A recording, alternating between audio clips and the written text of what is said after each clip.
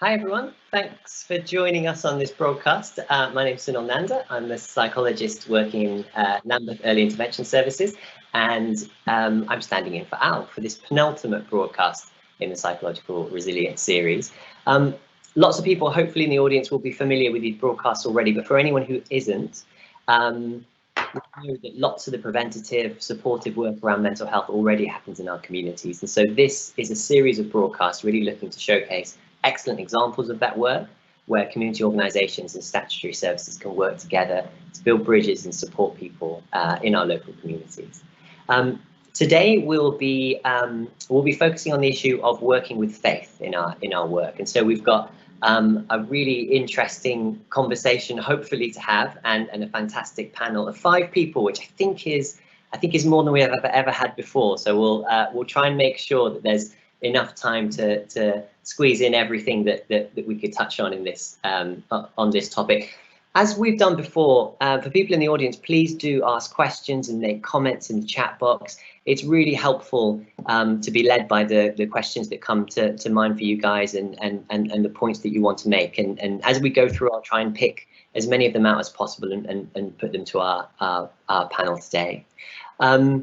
So without too much more, we'll get going, and we'll start with some introductions. So maybe if we could just go in the order in which people appear on my screen. So Lorraine, could you introduce yourself?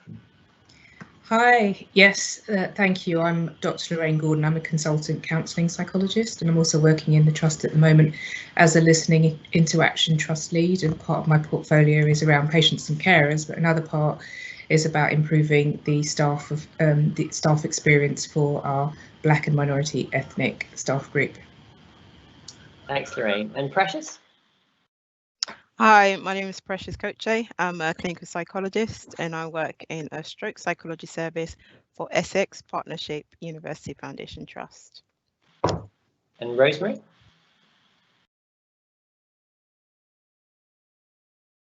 You may be on, Rosemarie. Yeah. Hi, my name is Rosemarie Mallett. I'm the Archdeacon of Croydon for the Anglican Diocese of Southwark, and I've been long involved in issues around community mental health. And so this is a really exciting time to be speaking about faith and mental health. Thank you. And Juney? We've still got no Juney with us yet. We'll come back to Juney. And Louisa? Hi, I'm Louisa Codjoe. I'm a clinical psychologist working in SLAM. I am also Deputy Director of PCREF, and I'm also involved in some research at the IOPPN around reducing stigma and discrimination in Black faith communities. Fantastic. Thanks very much, everyone, for being with us. As you may have guessed, we're also hoping to be joined by Juney Mohammed as well. I think she's having a couple of technical problems, but hopefully will be with us soon. So to begin with, I wanted to start by coming to you, Lorraine, and you, Precious. I know that you both hold dual roles within the faith area and within clinical services as well. And Lorraine, maybe if I can come to you first, I just want to get a sense of what's your experience been of holding those dual roles that I know some people and have a feeling that they don't necessarily fit entirely well together, or may not be entirely compatible. What's your experience been? Thanks for asking. Yes, really curious. Just wanted to say that as part of my training as a counselling psychologist, I was required to have personal therapy, and I sought out, and any therapist I've had since then, sought out a Christian counsellor, a Christian psychotherapist to, be my personal therapy, because being a Christian is such a fundamental aspect of my identity that I really wanted to connect with somebody who would get that from the beginning, and that's been quite important to me. And then also sort of in my private life, in a voluntary role, for a number of years, I coordinated a counselling service across several different churches in Lewisham, actually. And then it's interesting that you're saying, because I didn't ever sort of bring those two things together necessarily. I didn't clinically work in Lewisham. I only did this kind of charity work, and I found through my experience it's much easier to bring ideas from psychology to the faith communities that I work with and translate them so that they kind of make sense and can make use of them in those communities than it is sometimes to talk about faith and spirituality in a trust like ours, I think we sometimes struggle to have those conversations and to see the value in bringing that together. So yeah, I guess that's been my experience of, and also thinking, can I bring my whole self to work? So it's very curious for me to be having this conversation today, because in some ways I am doing that right now. So. Thanks very much, Lorraine. Precious, I wanted to get a similar sense from you, I suppose. Lorraine's mentioned how it's felt easier at times to take aspects of a clinical role into her faith community. I don't know if that's similar or different from you, and as well on that idea of bringing your whole self to work. Yeah, definitely, I would agree. So I guess a little bit of background about myself is that I grew up also in a Christian family, and I'm a committed Christian, and went into a profession that I'm really fond of, the psychology. And from the onset of training, it was really apparent that actually there was a huge discrepancy, or it just I didn't feel like there was a fit. Psychology kind of viewed my faith, not just my faith, other faith beliefs, with this kind of suspicion and kind of disregard as well. So it was quite a difficult position for me to be training as a clinical psychologist, as a Christian, and not feeling like I can bring that aspect of myself or be open about that aspect of myself. And when I did, feeling a bit exposed, that I'd exposed this huge part of my identity in the group that didn't really see or value that aspect of me. So that was quite a tricky training, and that's what sort of pushed me to the thesis the topic that I chose, which is looking at religious and spirituality, and sort of competencies and how to work with that, because that then meant that I didn't feel confident or comfortable, or even felt like I had a permission to work with faith and spirituality in clinical settings. So on placement, it wasn't something that I felt I could approach with people when they brought that to me, even though I was working in a community where that was a huge aspect of their identity and a huge aspect of how they wanted to work with me. I didn't feel equipped. So the thesis did help to bridge that gap, and qualifying, I did have that sort of confidence to think about my faith and spirituality, but also other people's faith and spirituality, and bridge the gap. I guess at work, I have to say, unfortunately, not a lot has changed, or in my trust, not a lot of change in that the way we approach assessments or approach our clinical work doesn't very quickly or easily lend itself to talking about spirituality. But certainly my faith community at my church, for example, I'm involved with the children and the youth group, and that's something that has embraced a sort of mental health and thinking about sort of psychological ways of being, and being able to incorporate our faith in that. Don't know if I've answered that as coherently as as you'd like, Sunil.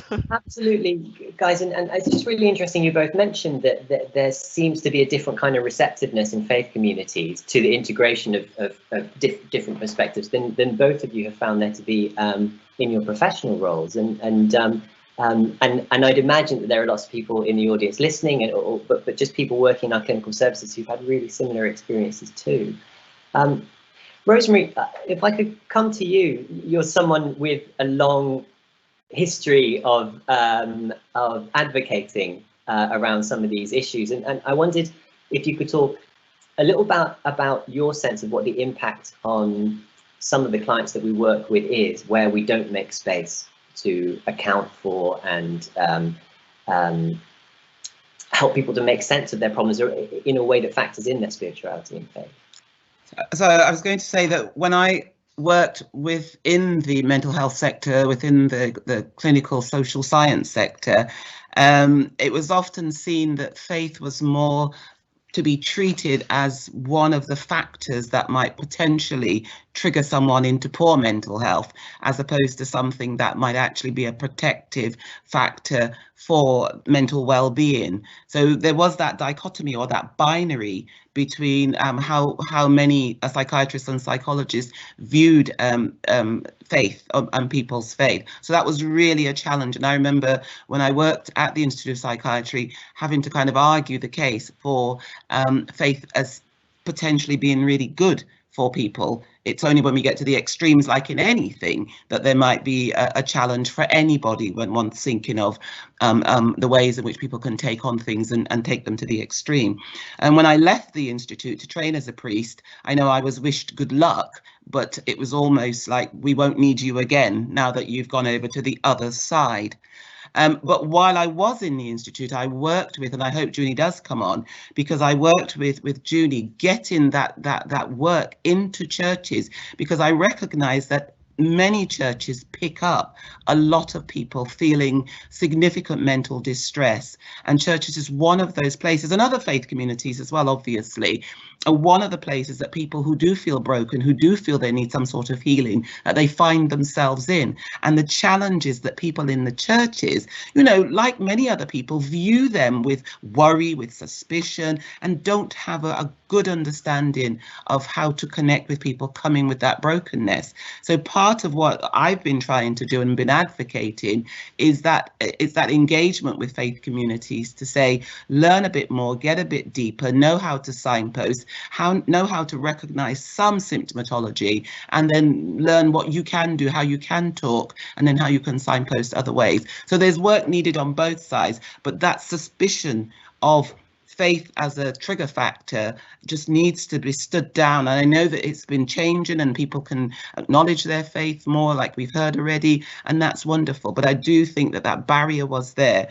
I know there's a great rollout happening in churches. We've got the work of South London Listens at the moment across the community, and churches are going to be involved in that listening campaign to see what communities can do to enable us to hear about the post-COVID or going through COVID stories of poor mental health.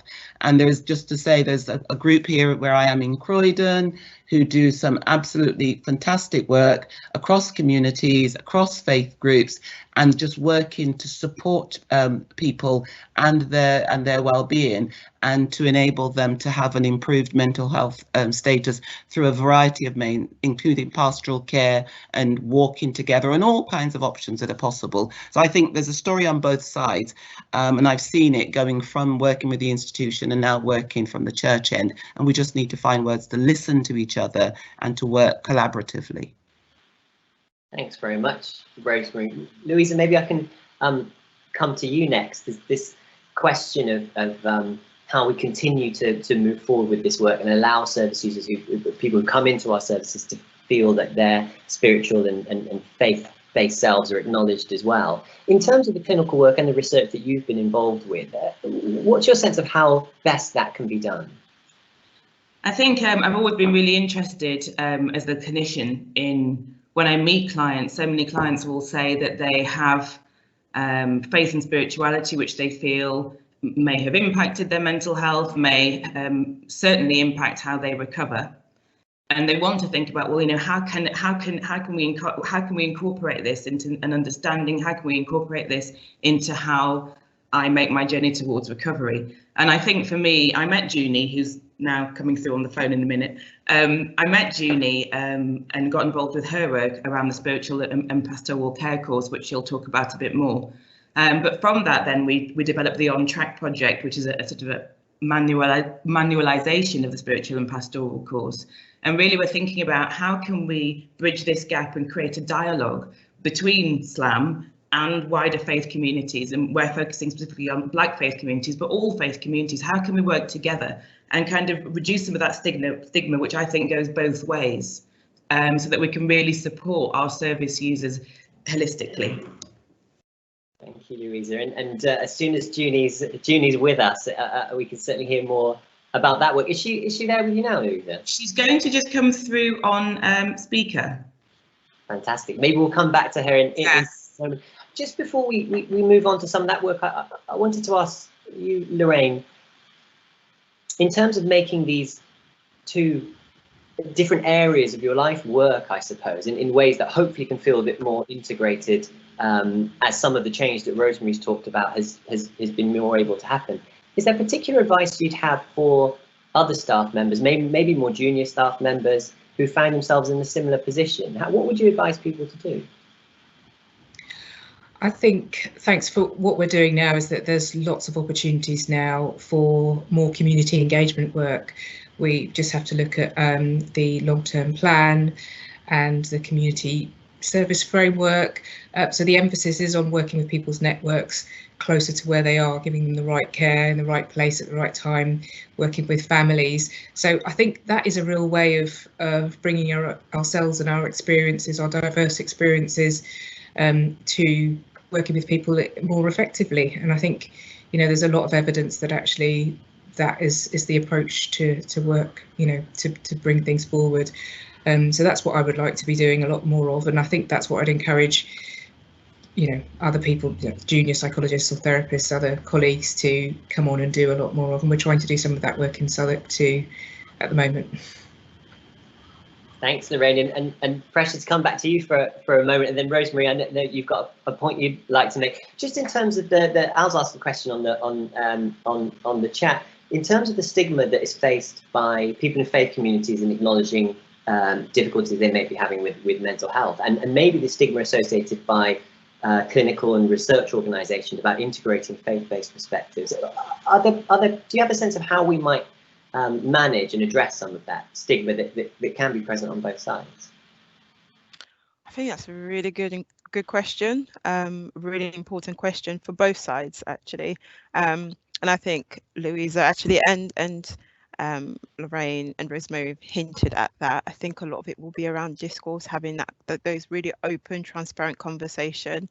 I think for a long time there are assumptions on both ends, certainly about intentions and that sort of suspicion and usefulness and all these other bits. So I do think that one of the first ways forward will be for both ends to come together and actually just start initially having those initial conversations about, you know, thoughts and what's useful, what isn't useful, ideas and beliefs, and laying it all out and then sort of working from there. Thank you, Precious. Rosemarie, I think you wanted to come in. I'm trying to say that, I mean, how many years ago the etiology of schizophrenia and other psychoses programs started, and I was the researcher going into our black black communities in South London, trying to encourage people to take part in that.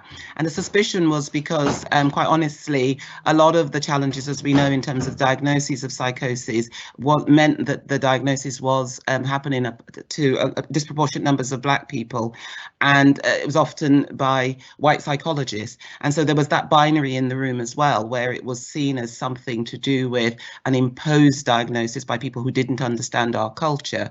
And one of the things that the ESOP tried to do was to introduce black psychiatrists and psychologists into the program, so that there was some kind of more cultural understanding. And part of my role was to bring that cultural understanding and awareness into the program.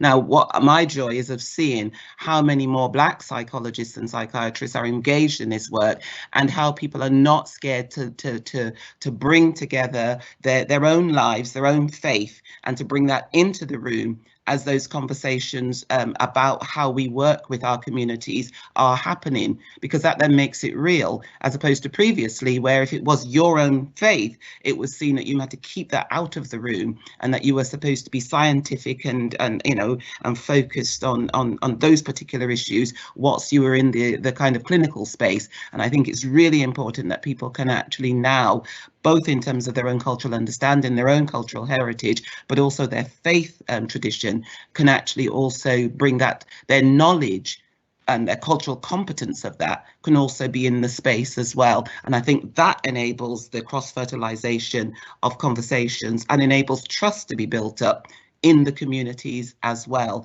because it's discourse, but you have to build trust, and people have to respect that you want to listen and to understand where they're coming from and what their worries are. Thank you, Rosemarie. It's amazing how many times in the different broadcasts this issue of trust comes up. It seems to be a sort of recurring theme, and it's a really interesting point about representative staff group and maybe a slight dissolution where helpful of the boundary between professional identity and personal identity. I'm aware that Juney's with us on speakerphone, and Juney, you know, it would be fantastic if you could give us a little bit of insight into the work that you've been involved with working with people in caring pastoral leadership roles, and a little bit of the rationale for that work as well, if you could. Can you hear me? Yep. Yeah. Yeah, we can hear you. Yes, okay. Hi, I'm Juney. I'm sorry about the technical problem, but in terms of the work that I'm doing with the spiritual and pastoral care in mental health, this really has come about because our faith groups and faith leaders wanted to find a way how to support their congregation and deal with this very difficult issue between spirituality and mental health. And there's a real separation between what are spiritual problems and what are potentially mental health problems or mental illness. And we were able to work closely with our faith groups to design a program that they felt more knowledgeable and equipped to recognise signs and symptoms of poor mental health. And when they may need to walk with their congregants to access further help at mental health services, but also as well that mental health services could call them to give some more information around what was happening for their congregation. And so the course really was about, not just about understanding what is mental health, but developing pastoral skills in a way that was respectful to the role of faith, and not instead of mental health services, but how we work together collaboratively to improve the well-being of their congregation, and how they could reach out in the wider community in the various roles their faith group, took part in different activities. Thank you, Juney. Thanks very much. It's really challenging to me. Juney, thanks so much for sharing that with us. Louisa, I don't know if you wanted to add to what Juney's mentioned. I know that there's a kind of manualisation you talked about some of the On Track programme. Yes, I mean it really is. I mean, now with coronavirus, we're now moving to move spiritual and pastoral care to spiritual and pastoral care online. A manualisation of the work that Juney's been doing, because we recognise it's really important to have an evidence base. It's really important to develop something where faith communities and staff members can get involved and learn how to do this work, to think about how they can manage to work. I suppose there's also something about working in partnership and the difference of working for staff, working with communities and faith communities, and learning how to navigate a very different sort of way of working with different power differentials, etc. So yeah, I'm really looking forward to developing the new project of SPC Online.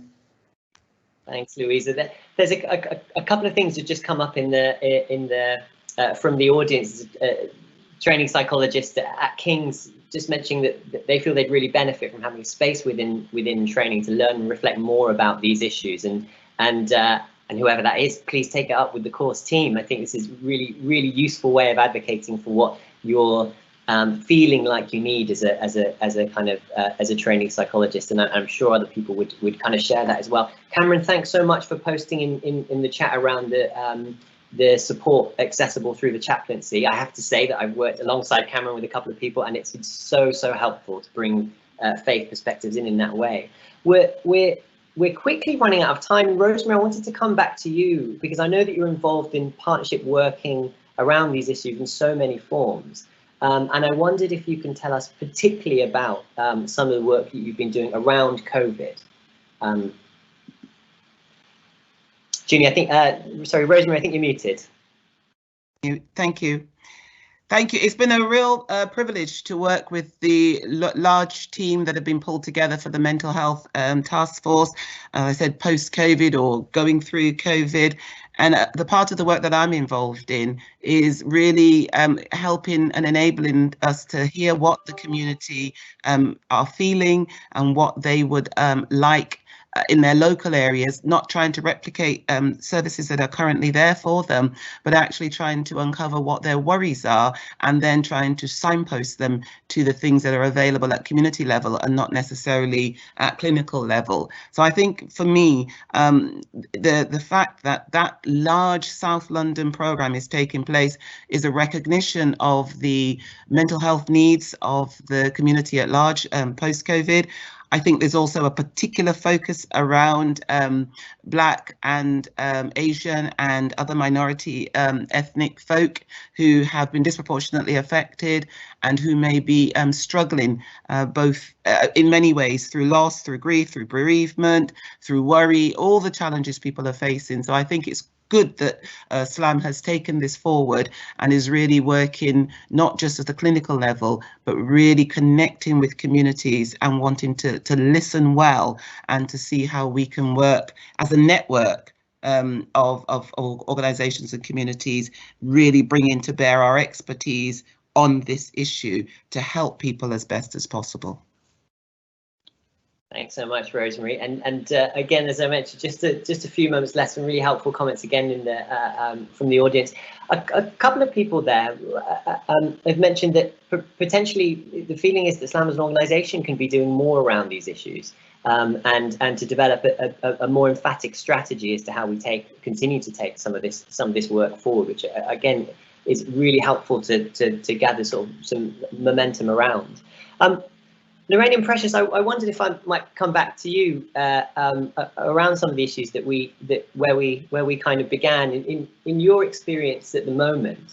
Lorraine, maybe if I come to you first, do you feel right now as though there's a different possibility in terms of holding those dual roles and feeling like you're able to bring your whole self to work? And if so, is there anything you can pinpoint that's helped that to happen, that maybe other managers and supervisors and professionals can try and take forward for the people that they're supporting in their work? I think the events of this year have made us all think a lot more, certainly made me think a lot more about equity. And I mean, it's something I've researched over the years, but I think it's the momentum is there now to be thinking about difference and how we work with difference. So I suppose, yes, that is what has enabled me to feel like I can focus on this, that I can bring myself as a Black woman into some of these discussions rather than, I mean, I wrote a piece about a year ago saying for a long time I felt I had to make myself invisible so as not to appear threatening to people. But I'm over that now, and it is about kind of bringing my whole self in a way that's going to facilitate people who look like me to also feel whole, you know, and healed, and to be able to kind of move forward and to seize the opportunities that are available to them. So absolutely, I think there's no going back to how things used to be, certainly not for me, and I hope we're all on that kind of forward trajectory. Thank you, Lorraine. And very finally then, Precious, just in a few seconds, is there anything that you would, for, again, people in kind of managerial roles or supporting other staff, is there anything that you'd advise that people keep in mind? Absolutely, that, you know, if you want your staff to be open and to be their full selves, bring their whole selves to their workplace, then you need to model that. So being open, management need to be more open to create those spaces, not just talk about it, but to actually be active in creating those spaces and enabling those conversations. Thanks so much. And on that note, I suppose, thanks everyone on the panel for your openness today. I mean, people have spoken about lots of aspects of their own personal experience, and hopefully it's been of real interest and meaning for the people listening as well. So thanks very much, everyone. As I mentioned at the beginning, next week will be the final broadcast in this series, and please join if you can. All right, bye-bye.